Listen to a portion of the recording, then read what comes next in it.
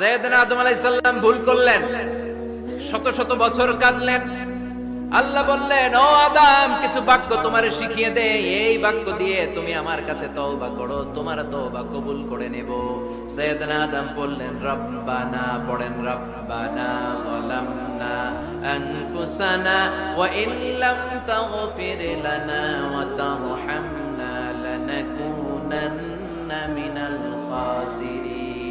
ও আল্লাহ, আমি জুলুম করেছি নফসের উপর, ভুল করেছি, অন্যায় করেছি, অপরাধ করেছি। আপনি যদি ক্ষমা না করেন আমি শেষ হয়ে যাব। লানাকুনান্না মিনাল খাসিরিন, আমি ক্ষতিগ্রস্তদের মধ্যে শামিল হয়ে যাব। ঠিক কি না? এই আয়াত দিয়ে, এই দোয়া দিয়ে যখন সাইয়েদনা আদম তাওবা করলেন, মুহূর্তেই তাওবা কবুল করে নিয়েছে কে? আমরাও যদি পাপ করি, অন্যায় করি, আমাদেরও পাপগুলো মোচন করার একজন আছে না নাই? তিনি গাফিরিয যামব কাবিলিত তাওব। ওনার কাজই হচ্ছে গুনাহ মাফ করা। শয়তানের কাজ ওয়াসওয়াসা দেওয়া, আমাদের কাজ পাপ করা, ওনার কাজ মাফ করা।